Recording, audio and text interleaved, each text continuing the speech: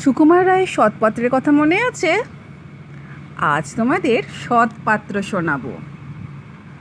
শুনতে পেলাম পোস্তা গিয়ে তোমার নাকি মেয়ের বিয়ে। গঙ্গারামকে পাত্র পেলে? জানতে চাও সে কেমন ছেলে? মন্দ নয় সে পাত্র ভালো, রং যদিও বেজায় কালো। তার উপরে মুখের গঠন অনেকটা ঠিক পেঁচার মতন।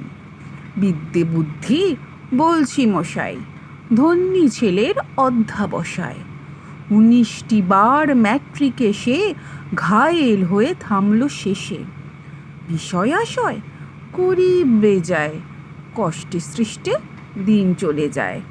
মানুষ তো নয় ভাইগুলো তার, একটা পাগল একটা গোয়ার।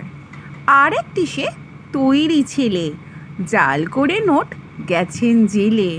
কনিষ্ঠটি তবলা বাজায়, যাত্রা দলে 5 টাকা পায়। গঙ্গারাম তো কেবল ভোগে তিলের জ্বর আর পাণ্ডু রোগে। কিন্তু তারা উচ্চ ঘর, কংসরাজের বংশধর। শ্যামলাহিরি বনগ্রামের, কি যেন হয় গঙ্গারামের। যা হোক, এবার পাত্র পেলে, এমন কি আর মন্দ ছেলে।